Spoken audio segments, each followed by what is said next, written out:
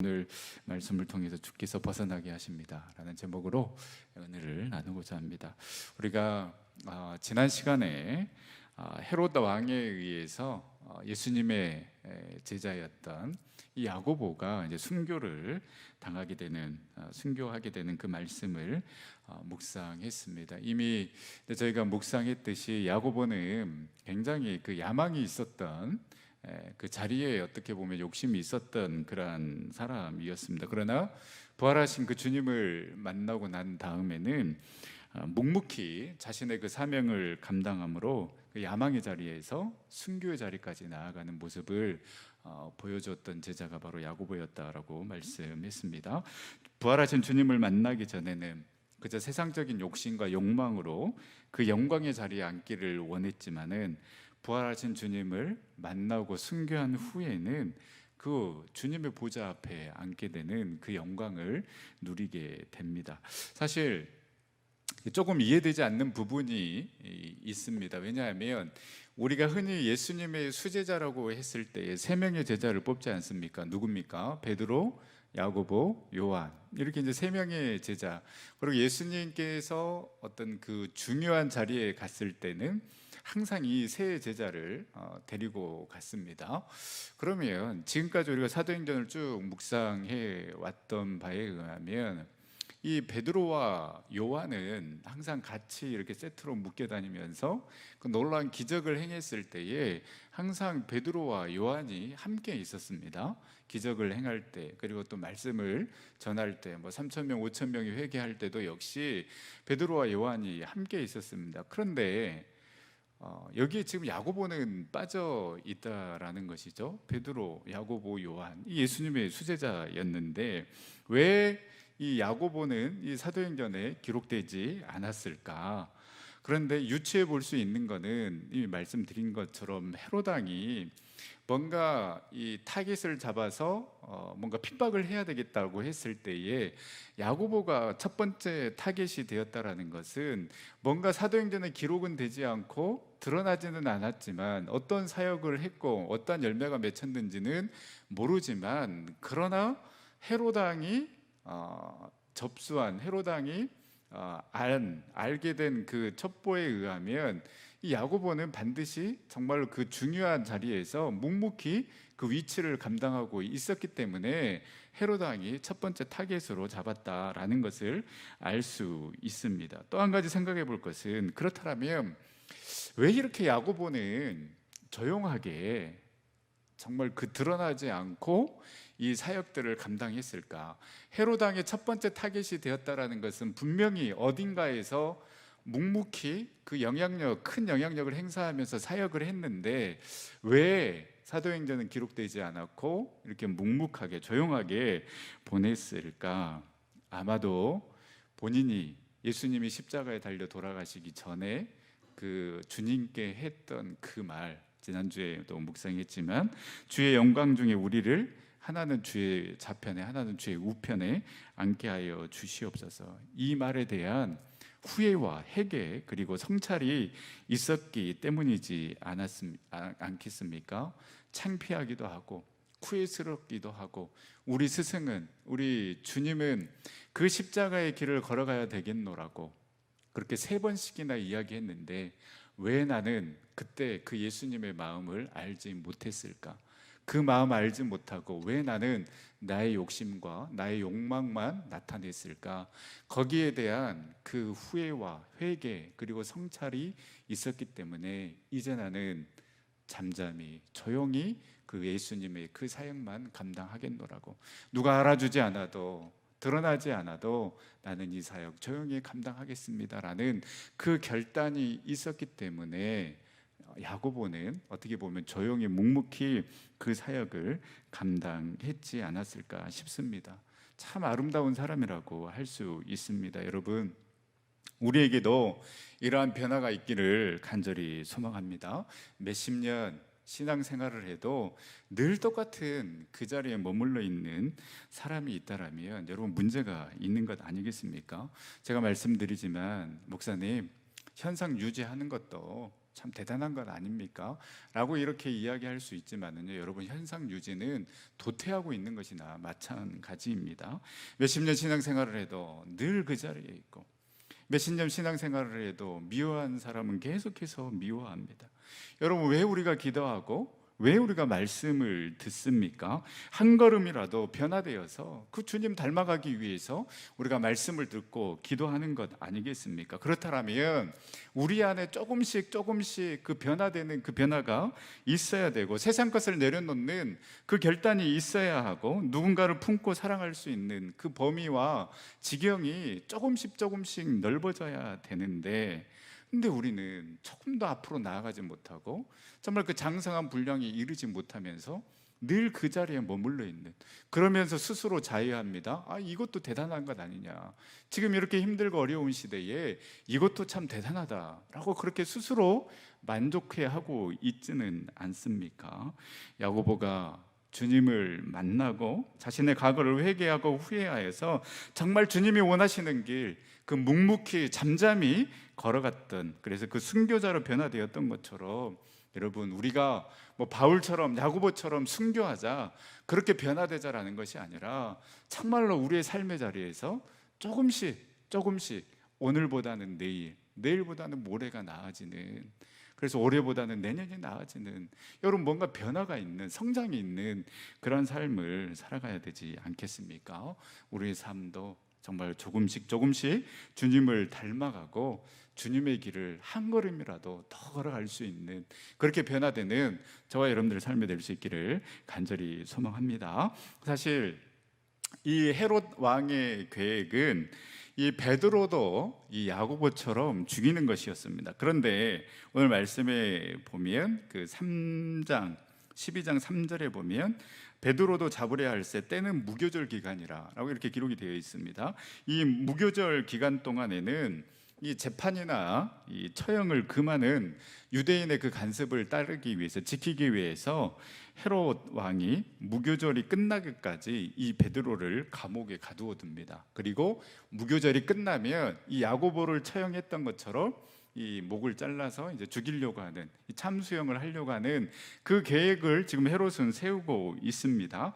그래서 이미 베드로가 한번 감옥에서 빠져나간 그 경험이 있기 때문에 철저하게 이 베드로를 감시합니다. 우리 6절 말씀 우리 다시 한번 읽어보겠습니다. 6절 말씀. 헤롯이 잡아내려고 하는 그 전날 밤에 베드로가 두 군인 틈에서 두 쇠사슬에 매어 누워 자는데 파수꾼들이 문 밖에서 옥을 지키더니, 이 주님께서 이 베드로를 이제 구출해 주신 것은 헤롯이 베드로를 잡아내려고 하는 그 전날 밤, 이제 정말 그 마지막 밤이었습니다. 그러니까 무교절이 이제 7일 동안 진행이 되는데, 이 7일째 되는 날에 하나님께서 천사를 보내서 베드로를 꺼냅니다. 원래대로 헤롯 왕의 계획대로라면 이 8일째 되는 날 이제 베드로는 순교하는 겁니다. 그런데 이 7일 후면 죽게 되는데, 여러분, 이 상황이라면, 저와 여러분들이라면 여러분 어떻게 했겠습니까? 하나님, 내 하나님 일을 하다가 이렇게 감옥에 갇혔으니 여차여차하니 이제 베드로도 야고보도 이렇게 순교당한 것 같은데 나도 죽을 것 같은데, 하나님, 내가 다른 일도 아니고 하나님 일을 하다가 이렇게 감옥에 갇혔으니까 하나님 구해 주시지 않겠습니까? 첫날 그렇게 열심히 기도합니다. 근데 아무런 반응이 없어요. 둘째 날, 셋째 날, 넷째 날, 다섯째 날, 여섯째 날까지 기도하면서 이제 마지막 일곱째 날까지 그렇게 온 것입니다. 이제 내일이면 헤롯 왕에 의해서 참수형을 당합니다. 그러면 이 마지막 날이라면 여러분, 이제 하나님도 포기했구나, 이제 나는 죽는구나, 그 극도의 불안과 공포가 엄습해 오지 않았겠습니까? 그런데 베드로는 이 상황에서 어떤 모습을 보여주고 있습니까? 이 두 명의 군사가 이 베드로와 함께 사슬에 묶여서 매여서 이 묶인 채로 이 지금 베드로와 함께 이 감옥 안에 있습니다. 그리고 나머지 두 명은 이제 옥 밖에서 감시를 하고 있는 것입니다. 그런데 내일이면 이제 야고보처럼 목이 잘려서 죽을 사람이 이 베드로가 이 두 군인들 틈에서 지금 쇠사슬에 묶여서 지금 잠을 자고 있는 것입니다. 그냥 편안하게 신발까지 벗고 겉옷도 벗고 지금 잠을 자고 있는 것입니다. 내일 죽을 사람이라고는 전혀 이렇게 느껴지지 않는 모습입니다. 여러분, 그냥 감옥에 들어간 것과는 여러분 다르지 않습니까? 전에 베드로가 감옥에 갇혔던 거는 전혀 지금 다른 차원입니다. 왜냐하면 말씀드린 것처럼 내일이면 목이 잘려져 나가게 되는데, 얼마나 깊게 자고 있었으면 천사가 옆구리를 쳐서 깨웠겠습니까? 여러분, 이것이 베드로의 믿음이라고 할 수 있습니다.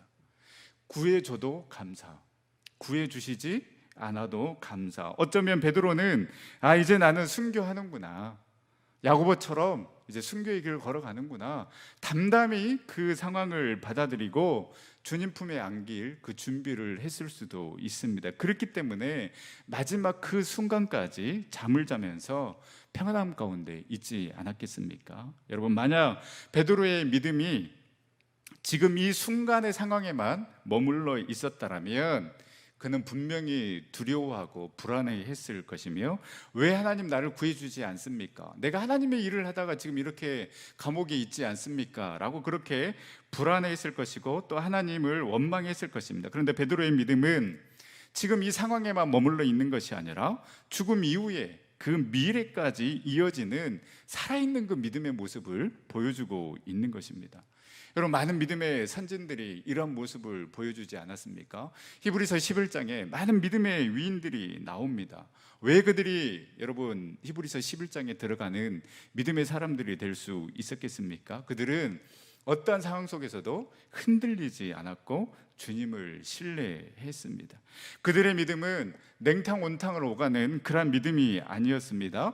조석간에 변하는 그런 믿음이 아니었습니다. 상황에 따라서 바뀌고 흔들리는 믿음이 아니었습니다. 내 뜻대로 되든 내 뜻대로 되지 아니하든 그들의 삶을 온전히 주님께 맡겼으며, 그들은 어떠한 상황 속에서도 그들의 믿음은 흔들리지 아니하고 계속해서 이어져 왔기 때문에 그들은 믿음의 반열에 오를 수 있었던 것입니다. 여러분, 이 베드로에게 있었던 믿음, 즉 언제 어디서든 어떠한 경우에든 우리의 생명이 있는 한 이 믿음이 과거에서 현재를 거쳐서 죽음 이후에 그 미래까지 이어지는 그러한 믿음의 연속성이 있기를 간절히 소망합니다.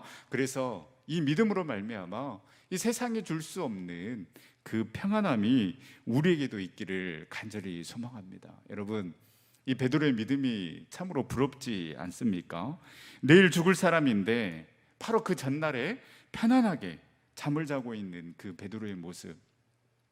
지금 이 베드로가 시몬스 침대에서 자는 것도 아니지 않습니까? 그런데 흔들림 없는 편안함으로 주무시고 계시는 이 베드로의 모습, 참 얼마나 부럽습니까? 우리가 본받아야 될 그러한 믿음인 줄로 믿습니다. 베드로의 믿음은 아마 이랬을 거예요. 뭐가 걱정이냐? 헤롯 왕이 나의 육신의 목숨은 네 맘대로 할 수 있겠지만, 그러나 내 영혼은 네가 함부로 할 수 없다. 나도 이제 저 영원한 주님 품에 안길 텐데 뭐가 걱정이야? 라는 이러한 마음으로 그 베드로가 이런 믿음이 있었기 때문에 그는 그 편안한 가운데 잠을 청할 수 있었던 것 아니겠습니까? 여러분, 우리의 믿음이 우리의 삶에 일어나는 그 결과에 집중하게 된다라면 우리의 믿음은 여러분 수시로 변하게 될 것입니다.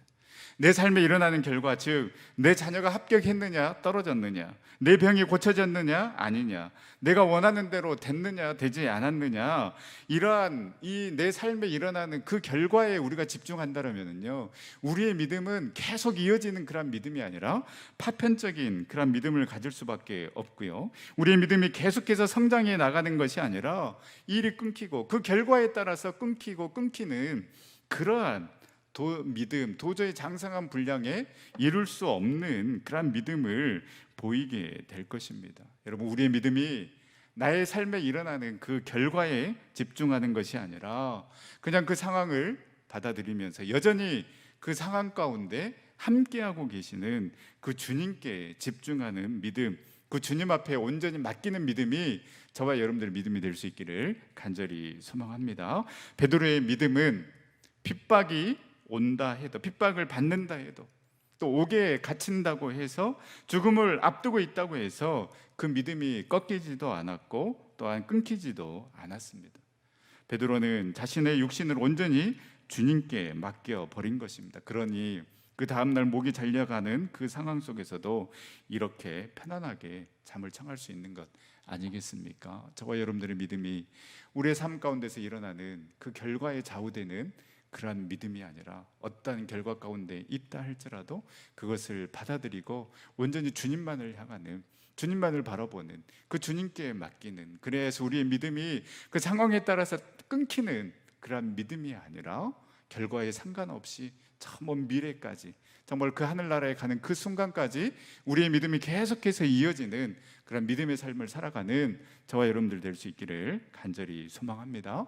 이렇게 베드로가 자신의 육신을 온전히 주님께 맡겼더니 이제는 우리 주님이 움직입니다. 이 천사를 보내셔서 그냥 편하게 자고 있는 이 베드로의 옆구리를 쳐서 깨웁니다.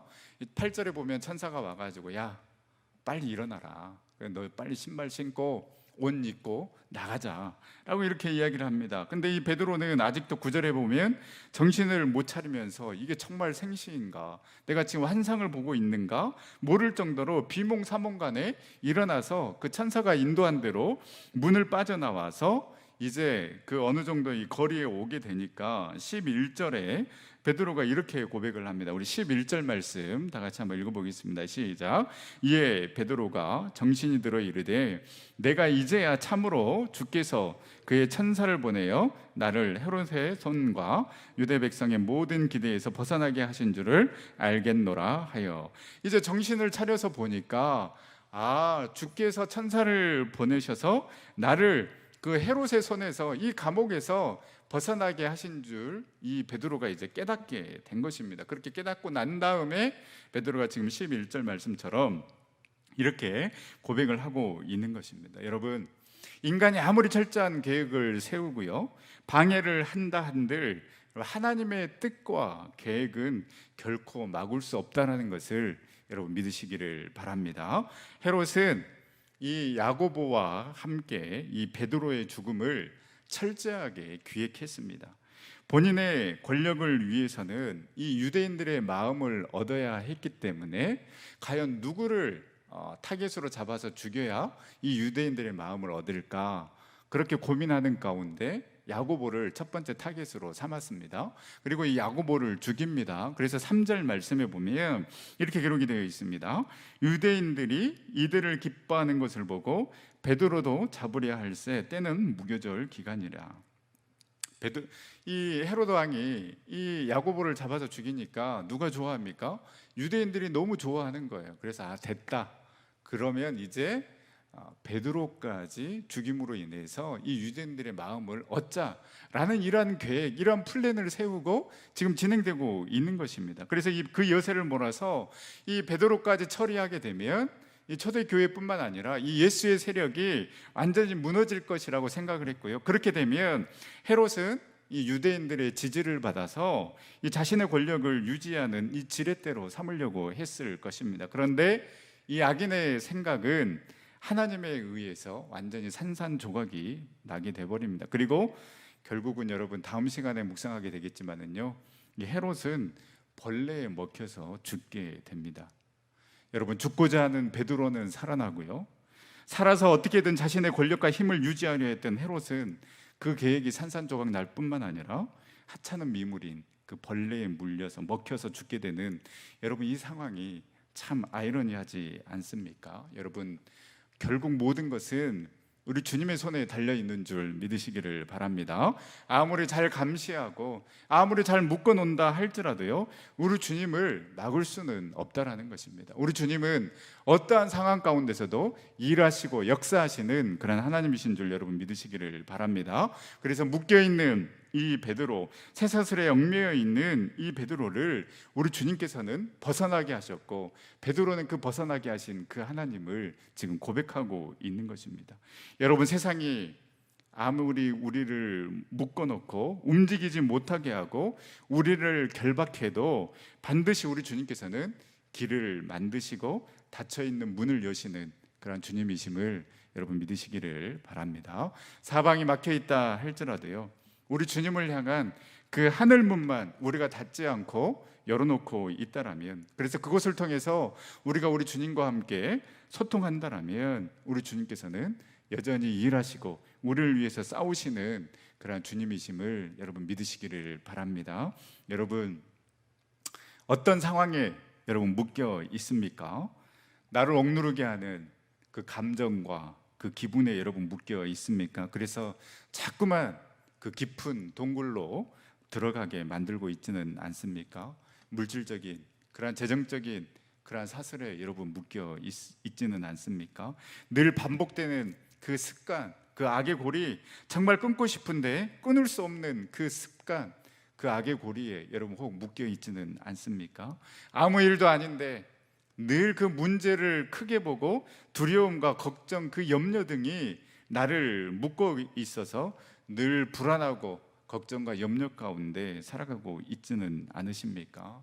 여러분, 우리가 연약한 모습 그대로, 부족한 모습 그대로 우리의 상황을 인식하고 주님 앞에 나아갈 때에, 또 주님 앞에 온전히 맡길 때에, 주님 앞에 울며 간구하며 부르짖을 때에 우리 주님께서는 그 모든 결박을 풀어주시고 묶여있는 그 모든 것들을 자유케 하시는 그런 주님이심을 여러분 믿으시기를 바랍니다. 이사야 43장 19절에서 20절 말씀에 보면 우리 다 같이 한번 읽어보도록 하겠습니다. 시작. 보라, 내가 새 일을 행하리니 이제 나타낼 것이라. 너희가 그것을 알지 못하겠느냐? 반드시 내가 광야의 길을 사막의 강을 내리니 장차 들짐승 곧 승냥이와 타조도 나를 존경할 것은 내가 광야의 물을 사막의 강들을 내어 내 백성 내가 택한 자에게 마시게 할 것임이라. 아멘. 우리 하나님께서는요, 그 막혀있는 그 광야의 길을 뚫으셔서 길을 만드시는 주님, 그리고 아무리 사막이다 할지라도요, 그 택한 자들 마시게 하기 위해서 그 사막에 강을 내어서 그 택한 자녀들 마시게 하시는 그러한 주님이심을 여러분 믿으시기를 바랍니다. 어떠한 세력도 저와 여러분들, 하나님의 자녀된 저와 여러분들을 묶을 수 없다라는 것, 결박할 수 없다라는 것, 여러분 이 믿음을 가지고 그 모든 속박에서 벗어나게 하실 그 주님을 기대하며, 그래서 광야에 길을 내시는 하나님, 그리고 사막에 강을 내어서 그 택한 자들 마시게 하시고 건너가게 하실 그 하나님을 기대하며 나아가는 저와 여러분들의 삶이 될 수 있기를 간절히 소망합니다. 그리고 이제 우리가 마지막으로 한번 생각해 볼 것은요, 이 베드로와 이 베드로를 위해 기도했던 기도자들에 관한 부분입니다. 이 베드로가 이 헤롯에 의해서 결박당했을 때에 5절 말씀에 보면, 이에 베드로는 옥에 갇혔고 교회는 그를 위하여 간절히 하나님께 기도하더라. 간절히 하나님께 기도했습니다. 이 베드로의 기도는 나와 있지는 않지만은요, 여러분 베드로가 이렇게 편안하게 잠을 잘 수 있었던 걸 보면 베드로도 하나님 결코 나를 이곳에서 빠져나가게 해달라고 그렇게 기도하지는 않았을 것 같습니다. 또한 이 베드로를 위해서 기도했던 이 무리들도 마찬가지입니다. 간절히 기도했다라고 했는데 도대체 무엇을 위해서 간절히 기도했을까?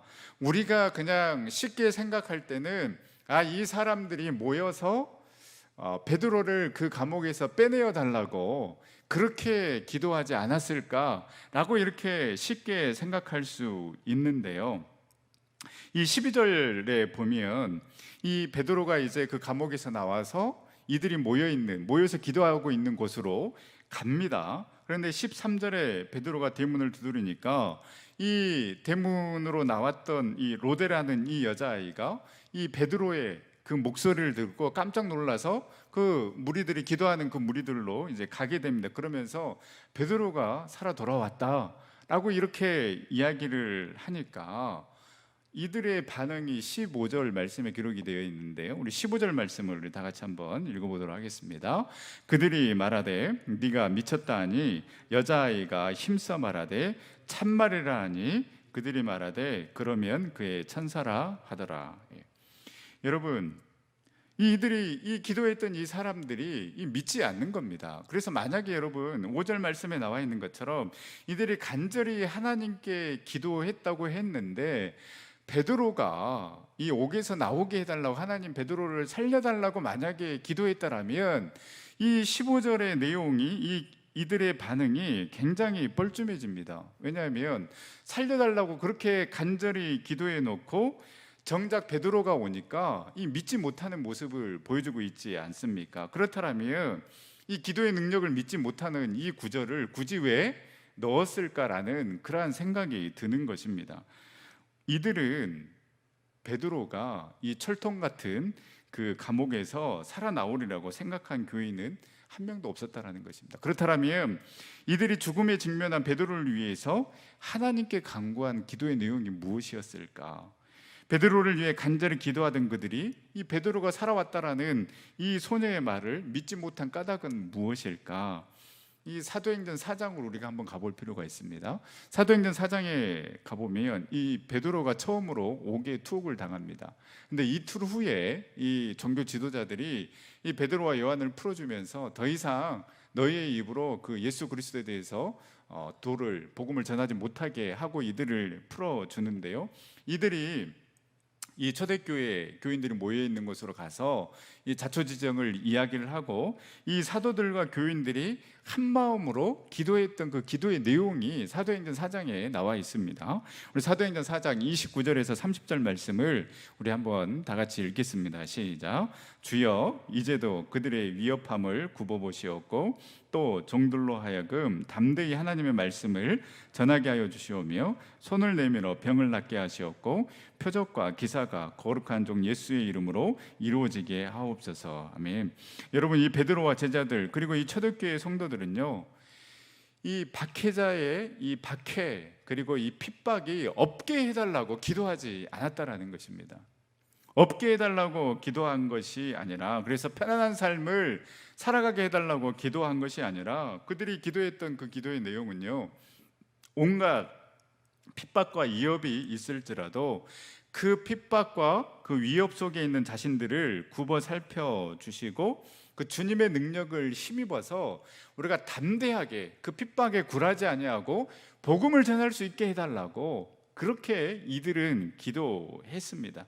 그렇다면 여러분, 오늘 본문에서 이들이 드린 기도는 이 사도행전 4장의 연장선상에서 볼 수 있어야 하는 것입니다. 이들이 간절히 기도했던 그 기도는요, 어쩌면 베드로를 하나님 이 감옥에서 빠져나오게 해 주십시오라는 그 기도를 드린 것이 아니라, 주님, 베드로 사도가 그 감옥에서 죽음 때문에, 핍박 때문에 주님을 부인하지 않게 하여 주시고 그 어떤 핍박과 위협 가운데서도 주님을 부인하지 아니하고 담대하게 복음을 전할 수 있는 그러한 사도로 설 수 있게 해달라고 여러분, 이들이 간절히 기도하지 않았겠습니까? 그렇기 때문에 베드로가 살아왔다라는 이 말을 이들이 믿지 않았다라는 것입니다. 어느 누구도 베드로가 살아올 것이라고 생각하지 않았다라는 거예요. 만약에 베드로를 살려달라고 기도했다라면 이 5절과 이 15절의 이 내용이 전혀 맞지가 않습니다. 그렇다면 이들이 기도했던 그 기도는 말씀드린 것처럼 베드로가 그 핍박과 정말 그 죽음을 앞두고 있는 그 상황 속에서도 불안해하고 흔들리는 것이 아니라, 그 상황 가운데서도 정말 우리가 주님 그 사도행전 4장에서 우리가 기도했던 그 기도처럼 흔들림 없이 나아가게 해달라는 그 기도를 이들이 드렸다라는 것입니다.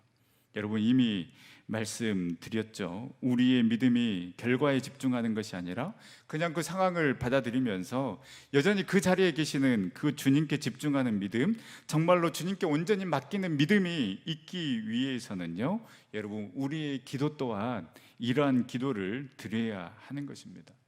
복 주십시오, 합격시켜 주십시오, 무조건 되게 해 주십시오가 아니라 그 기도를 통하여서 주님, 내가 처한 그 모든 상황을 믿음으로 받아들이는 그러한 법을 배우게 하여 주시옵소서. 그리고 고통스러운 그 상황 가운데 있다 할지라도 그 상황을 피하는 것이 아니라 오히려 그 상황 속에서 당신의 뜻을 발견하고 우리를 빚어주시는 그 하나님의 놀라운 계획에 순종하는 믿음을 달라고 여러분 우리가 이런 기도를 드려야 되지 않겠습니까? 물론 우리가 자녀들을 위해서 기도해야 되는 것입니다. 또 어떤 나의 개인적인 문제를 위해서 하나님 도와주십시오라고 기도해야 되는 것입니다. 기도해야 됩니다. 그러나 그 궁극적인 우리의 그 기도, 최종 기도는 하나님 당신 손에 맡깁니다. 그리고 나의 삶 가운데 어떠한 결과가 온다 할지라도, 비록 그 상황이 고통스러운 상황이다 할지라도 하나님, 내가 그 상황을 피하는 것이 아니라 그 상황 속에서 당신의 온전한 뜻을 발견할 수 있게 해달라고, 여러분 이런 기도를 드리는 그 기도에 정말 그 신앙의 모습으로 우리가 나아가야 하지 않겠습니까? 언제까지 그 젖먹이의 신앙처럼 이것 달라 저것 달라 이렇게 기도하겠습니까? 그 모든 것들은, 우리 삶의 모든 결과들은 하나님 앞에 맡기고 하나님, 정말로 그 하나님 뜻에 온전히 순종하면서 나아갈 수 있는 믿음, 그러한 기도를 우리가 드려야 하지 않겠습니까? 여러분, 이것이 성숙한 믿음, 성숙한 기도 아니겠습니까? 정말 우리의 믿음도 우리의 기도도 결과에 좌우되는 것이 아니라 정말 내가 처한 그 모든 상황을 믿음으로 받아들이고, 그리고 그 가운데 하나님의 뜻을 발견하고 그 신실하신 하나님을 신뢰하며 나아갈 수 있는 그 믿음과 그 기도가 될 수 있기를 간절히 소망합니다. 이제 라빈드라나트 타고르라는 인도의 시인이 있는데요, 그 아시아 최초로 노벨 문학상을 받은 자인데, 이 라빈드라나트 타고르의 기도라는 그러한 시가 있습니다. 함께 읽고 오늘 말씀을 마치도록 하겠습니다. 위험에서 벗어나게 해달라 기도하지 말고, 위험에 처해도 두려워하지 않게 해달라 기도하게 하소서. 고통을 먹게 해달라 기도하지 말고, 고통을 이겨낼 가슴을 달라 기도하게 하소서. 생의 싸움터에서 함께할 친구를 보내달라 기도하는 대신 스스로의 힘을 갖게 해달라 기도하게 하소서. 두려움 속에서 구원을 열망하기보다는 스스로 자유를 찾을 인내심을 달라 기도하게 하소서. 나의 성공에서만 신의 자비를 느끼는 이기주의자가 되지 않게 하시고, 나의 실패에서도 신의 손길을 느끼게 하소서. 자, 여러분, 멋진 기도 아니겠습니까? 이분이 신앙인인지 신앙인이 아닌지는 모르겠지만, 그러나 우리의 기도의 방향이 정말 이러한 방향이 될 수 있었으면 좋겠습니다. 달라고 그러한 그 기도에서 벗어나서, 하나님, 내 삶 속에 일어나는 그 결과, 어떠한 결과에도 내가 정말로 그 하나님께 감사할 수 있는, 그리고 정말 온전히 순종할 수 있는, 그래서 정말 그 하나님을 인정하며 나아갈 수 있는 그런 믿음과 기도가 되게 해달라고, 이러한 성숙한 신앙인으로 믿음으로 서나가는 저와 여러분들 삶이 될 수 있기를 간절히 소망합니다. 기도하겠습니다. 사랑과 은혜 하나님, 참으로 감사를 드립니다.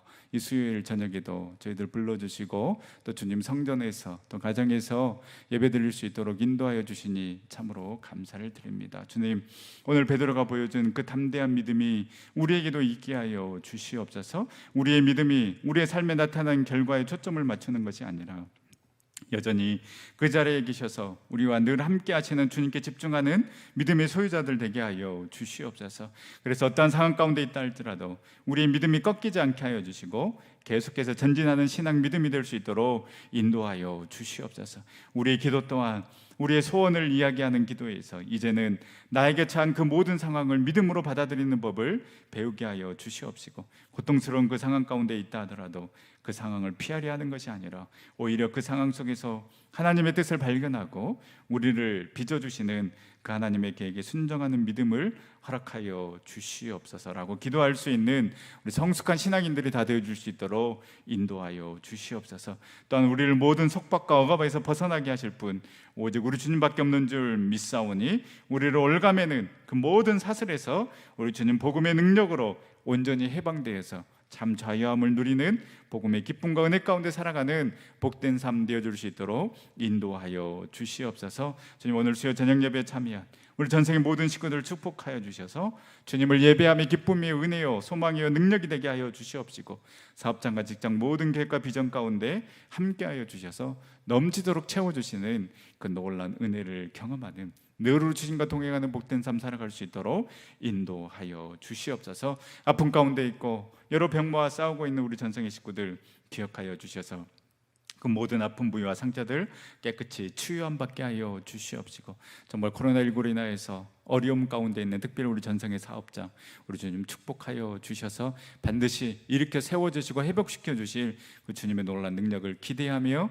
나아갈 수 있도록 인도하여 주시옵시고, 또한 가정과 자녀들을 위해서 눈물로 기도하는 모든 기도 가운데 응답하여 주셔서 하나님의 살아계심의 역사하심을 늘 경험하는 우리 전성의 모든 식구들 되어줄 수 있도록 인도하여 주시옵소서. 주님, 우리 전성교회 회복시켜 주시옵시고 하나님의 놀라운 부흥의 역사를 다시 한번 경험하는 귀한 교회 되어줄 수 있도록 인도하여 주시옵시며, 주님 또 우리 귀한 장로님들 피택되게 하시니 참으로 감사를 드립니다. 겸손한 마음으로 또 기대하는 마음으로 나아갈 수 있도록 인도하여 주시옵시고, 우리 귀한 피택되신 분들을 통하여서 또 우리 전성교회가 다시 한번 도약하는 귀한 계기의 시간들이 되어줄 수 있도록 인도하여 주시옵소서.